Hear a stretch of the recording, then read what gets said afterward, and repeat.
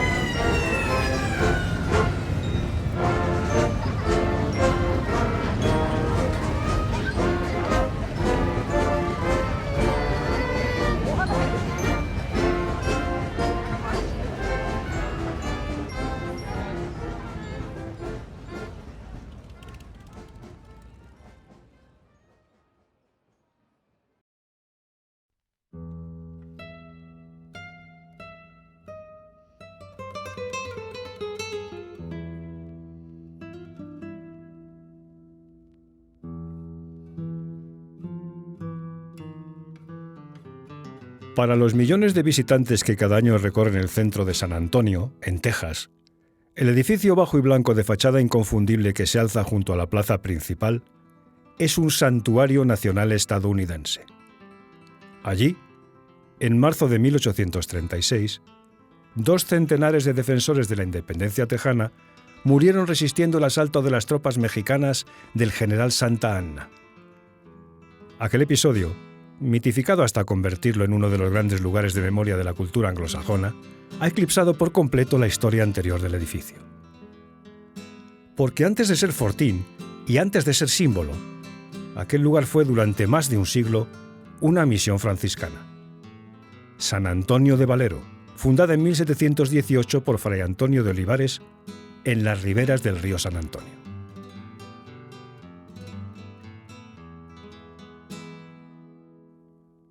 Hoy quiero contaros la historia de aquella misión y de las 5 hermanas suyas que sostuvieron en aquel rincón del septentrión una de las experiencias evangelizadoras más originales del imperio. Hoy quiero hablaros, queridos amigos, de El Álamo antes de El Álamo.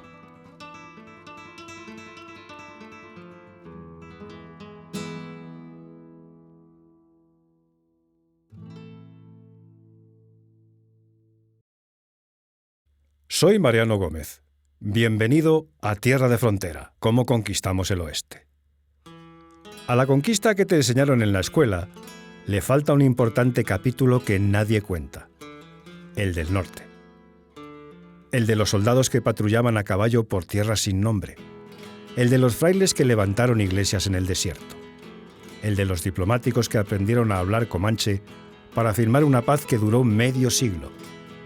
El de los exploradores que trazaron caminos en territorio incógnito mucho antes de que nadie los llamara héroes. Durante más de 200 años, España estuvo en las tierras que hoy se llaman Texas, Nuevo México, California, Arizona, Florida. Esa presencia fue compleja, mestiza y casi siempre olvidada, cuando no denostada e injustamente estigmatizada. Este podcast existe para ayudar a cambiar ese estado de cosas. Porque Tierra de Frontera es para quienes creen que la historia de España en Norteamérica merece algo más que una nota a pie de página. Acompáñame en este viaje.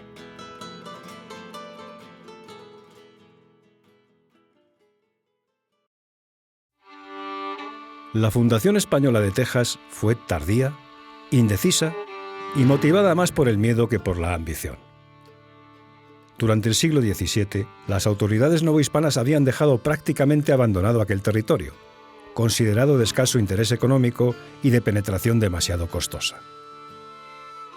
Las primeras incursiones serias se debieron a un incidente externo: la fundación en 1685 del fuerte francés de Saint-Louis por el explorador René Robert Cavelier, señor de La Salle, en la bahía de Matagorda.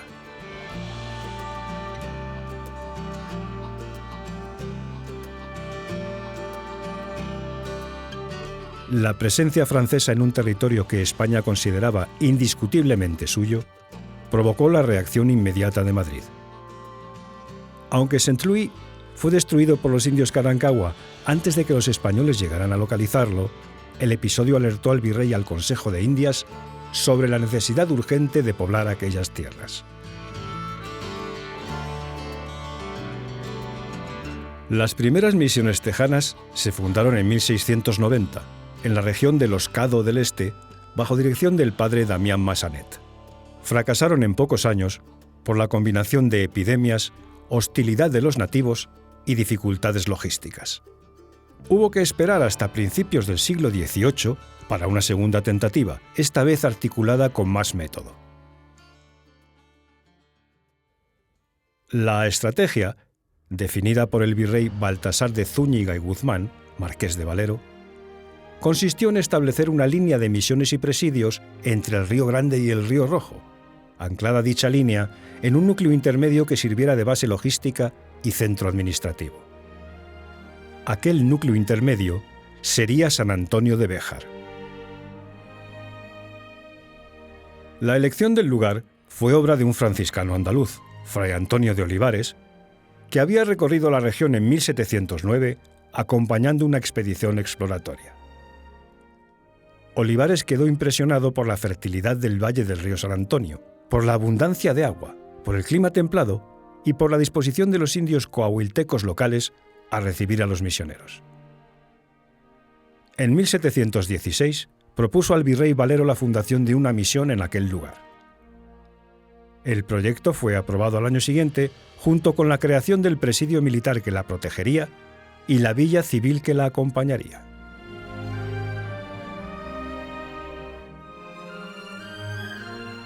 El primer acto formal de fundación tuvo lugar el 1 de mayo de 1718. Aquel día, Fray Antonio de Olivares celebró misa solemne en un lugar provisional cercano a la actual Plaza de la Concepción y bendijo el solar donde se levantaría la misión. La bautizó con el nombre de San Antonio de Valero, en homenaje al santo de Padua, patrono particular del fundador, y al virrey patrocinador. 5 días después, el 5 de mayo, el gobernador Martín de Alarcón fundó formalmente el presidio militar de San Antonio de Béjar en honor al duque de Béjar, hermano del virrey. La villa civil, llamada San Fernando de Béjar, se añadió en 1731 con un primer contingente de colonos llegados desde las Islas Canarias.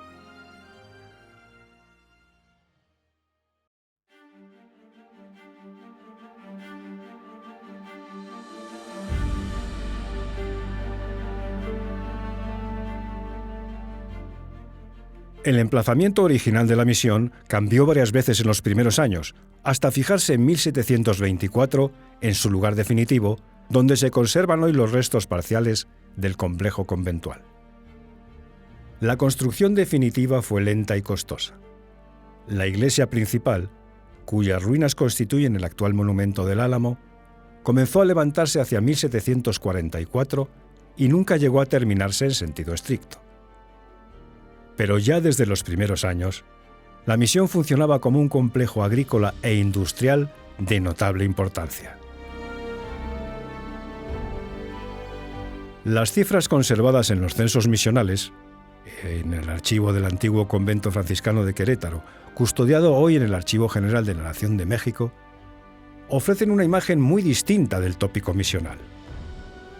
Hacia 1760, San Antonio de Valero acogía aproximadamente 300 indios reducidos, mayoritariamente coahuiltecos, jumanes, toncaguas y, más tarde, algunos lipanes orientales. Producía maíz, frijol, calabaza y trigo en cantidades suficientes para abastecer a la propia misión y al presidio vecino, y criaba más de 1000 reses vacunas junto con 4000 ovejas y caballos para la venta. Disponía de talleres de tejido, herrería, carpintería y curtido. Era, en términos económicos, una explotación agroindustrial de pleno rendimiento. San Antonio de Valero no estuvo nunca sola.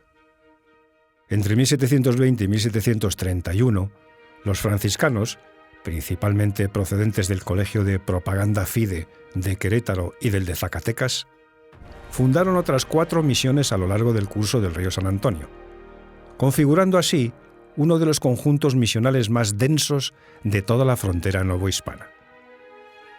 La segunda fue San José y San Miguel de Aguayo, fundada por el padre Antonio Margil de Jesús en 1720, considerada la más rica y mejor construida de todas.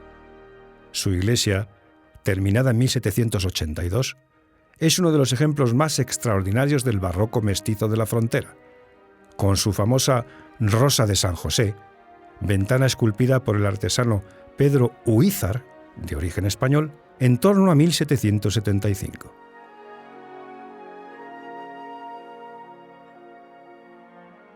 Las restantes, Nuestra Señora de la Purísima Concepción de Acuña, San Juan Capistrano y San Francisco de la Espada, se trasladaron a la zona en 1731, procedentes de fundaciones anteriores en el este de Texas que habían fracasado. Cada una se especializó en producciones algo distintas: ganado vacuno en San Juan, productos hortícolas en La Espada, agricultura cerealística en Concepción. En conjunto, las 5 misiones formaban un sistema económico integrado, comunicado por un complejo de acequias que sigue funcionando parcialmente hoy y que constituye uno de los mejores ejemplos conservados de ingeniería hidráulica virreinal.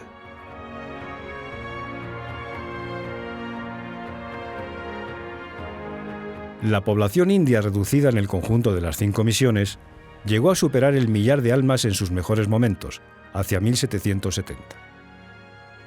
Procedía mayoritariamente de los pueblos coahuiltecos del sur de Texas y del norte de Coahuila, lenguas y costumbres muy fragmentadas que la concentración misional contribuyó a homogeneizar bajo el español como lengua común. Los misioneros enseñaban catecismo, lectura y escritura básicas, oficios artesanos y técnicas agrícolas europeas. La vida cotidiana se regulaba por las horas canónicas, las labores estacionales del campo y las festividades del calendario litúrgico.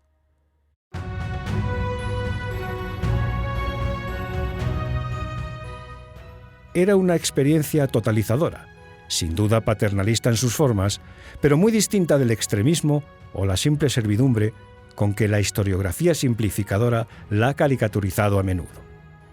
Los franciscanos que operaban en San Antonio procedían de 2 colegios de propaganda fide distintos, con sensibilidades pastorales algo divergentes. Los queretanos, formados en la tradición del padre Antonio Margil de Jesús, eran herederos de una espiritualidad más rigurosa, más ascética y volcada hacia el martirio. Los zacatecanos, en cambio, representaban una corriente más pragmática, más institucional y más atenta a la sostenibilidad económica de las misiones. Entre ambas escuelas hubo durante décadas tensiones y a veces conflictos abiertos, que el guardián de cada colegio resolvía con paciencia diplomática. Figuras como Margil de Jesús, Olivares, Mariano Francisco de los Dolores y Viana, José Francisco López y Pedro Pierna ofrecieron a las misiones una continuidad de personal extraordinaria. Algunos pasaron en San Antonio 40 o 50 años de su vida. Aprendieron las lenguas locales, redactaron diccionarios y catecismos en coahuilteco y dejaron diarios y cartas que constituyen, junto con la documentación administrativa, la fuente fundamental para conocer la historia interior del conjunto misional. El gran historiador de las misiones tejanas, el franciscano Marion A. Habig, dedicó 4 décadas a la recuperación documental del trabajo de aquellos hombres. Su obra The Alamo Chain of Missions, publicada en 1968 y reeditada en versiones revisadas hasta los años 90, sigue siendo la síntesis de referencia. A ella se debe buena parte de lo que hoy sabemos sobre la vida cotidiana de las misiones del río San Antonio.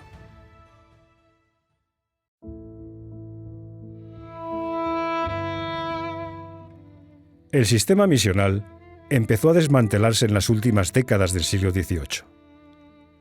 La política borbónica, defensora de un modelo de poblamiento basado en pueblos civiles bajo administración seglar, más que en misiones bajo administración religiosa, presionó progresivamente para la secularización del conjunto.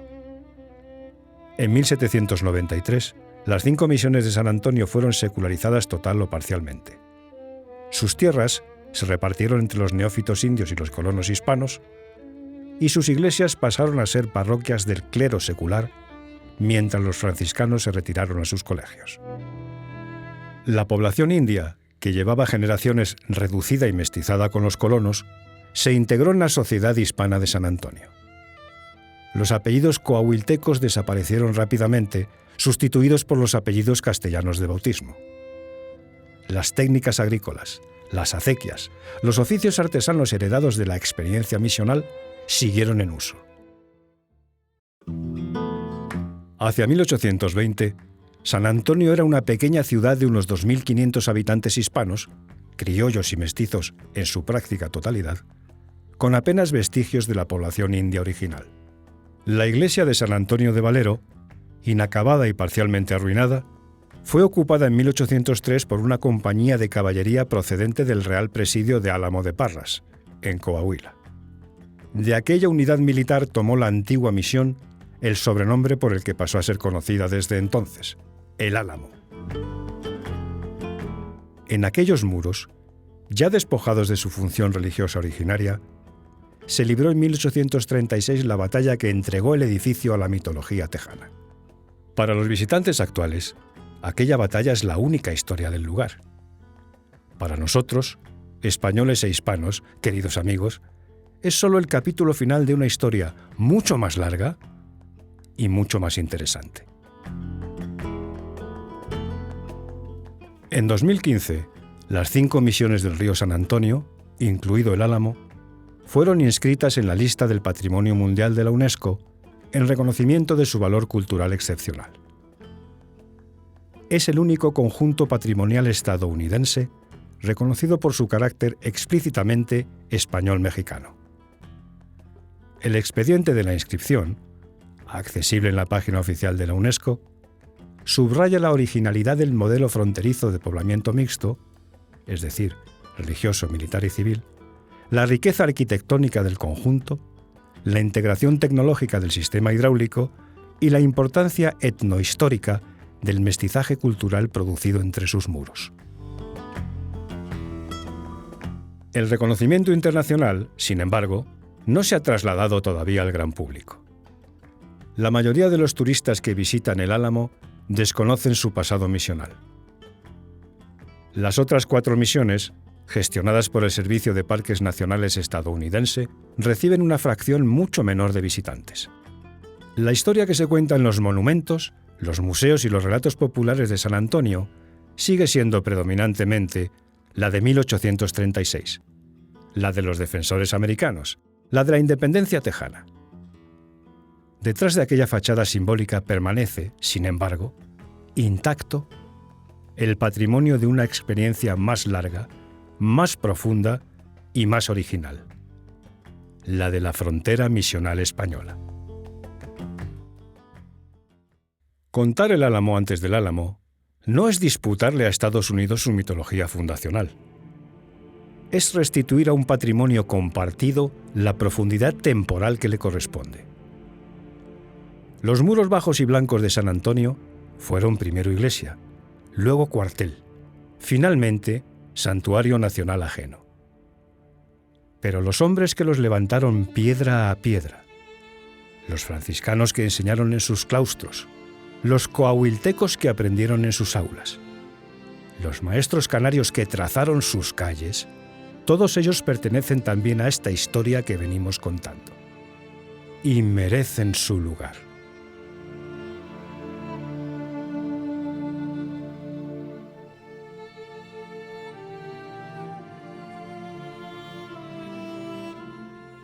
En el próximo episodio nos asomaremos a una nación india poco conocida, pero fundamental para entender Texas, los Caddo, los hombres que dieron a la región su propio nombre.